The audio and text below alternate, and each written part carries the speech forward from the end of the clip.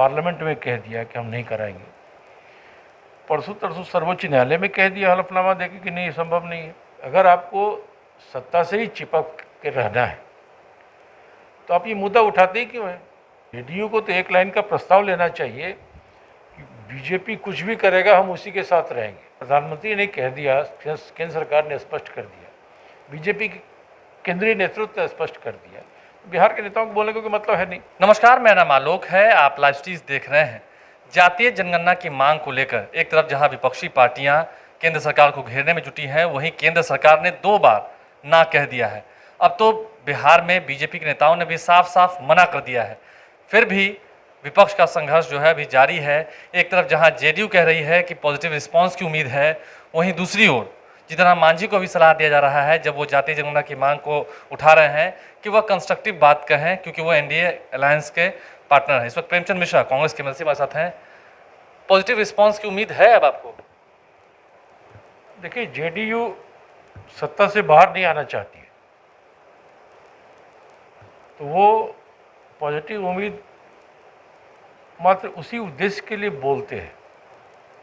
अरे जब सरकार ने स्पष्ट रूप से पार्लियामेंट में कह दिया कि हम नहीं कराएंगे, परसों तरसों सर्वोच्च न्यायालय में कह दिया हलफनामा देके कि नहीं, ये संभव नहीं है, तब पॉजिटिव उम्मीद की बात करके जेडीयू के नेता यह स्पष्ट रूप से कह रहे हैं कि वो किसी भी हालत में बीजेपी के ही साथ रहेंगे, चाहे वो कितना भी इग्नोर करें, कितने भी जेडीयू को अपमानित करते रहें, बिहार के मुद्दों को इग्नोर करते रहे बीजेपी, लेकिन ये रहेंगे बीजेपी के ही साथ। नहीं, कई दफे हमने कई मुद्दे देखे हैं, स्पेशल स्टेटस का मुद्दा हो, पटना यूनिवर्सिटी को सेंट्रल यूनिवर्सिटी का दर्जा देने की मुद्दा हो, अब जातीय जनगणना का मुद्दा हो, हर मुद्दे पर यह कंप्रोमाइज हो रहा है क्या?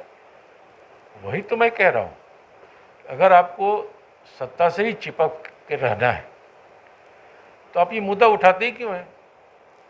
जेडीयू को तो एक लाइन का प्रस्ताव लेना चाहिए कि बीजेपी कुछ भी करेगा हम उसी के साथ रहेंगे।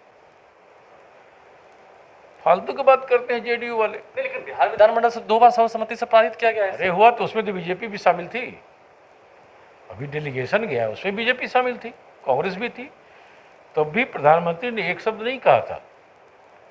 तो आप उम्मीद पाले हुए हैं, मात्र इस उद्देश्य के लिए उम्मीद पाले हुए हैं कि आपको जिन किन प्रकार से सत्ता में रहना है। नहीं, उप मुख्यमंत्री कह रही हैं आप लोग की बातों पर सुनकर रेणु देवी की ये राजनीति हो रही है जातीय जनगणना के मुद्दे पर। नीरज बबलू तो कह रहे हैं कि इसकी जरूरत ही नहीं है। नहीं, बीजेपी के नेता बिहार में क्या बोलते हैं उसका कोई मायने है?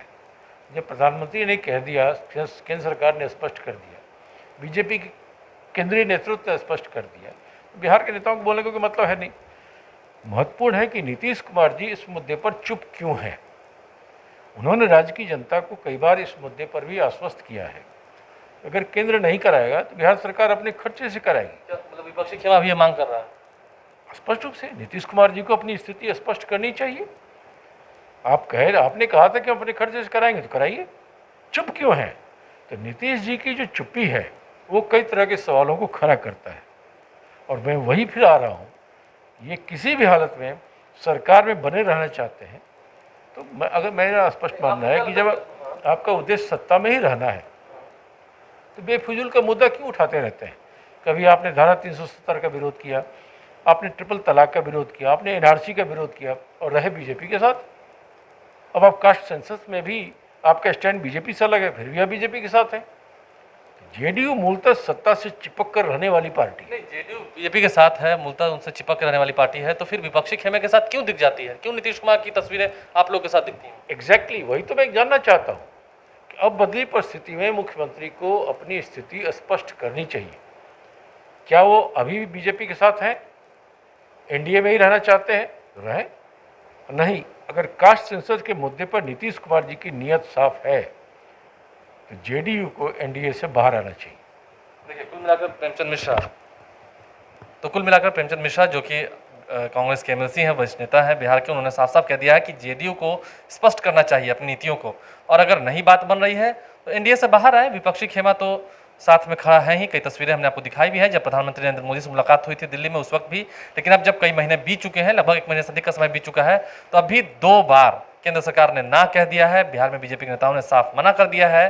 अब आगे विपक्षी पार्टियां क्या करती हैं वो देखने वाली बात होगी। उससे भी बड़ी बात यह होगी कि जेडीयू क्या करती है उस पर भी सबकी निगाहें टिकी रहेंगी। हमारे चैनल को सब्सक्राइब कर लें, साथ साथ फेसबुक पेज भी लाइक करें। इसके अलावा ट्विटर हैंडल पर लाइव स्ट्रीज को फॉलो करें। धन्यवाद।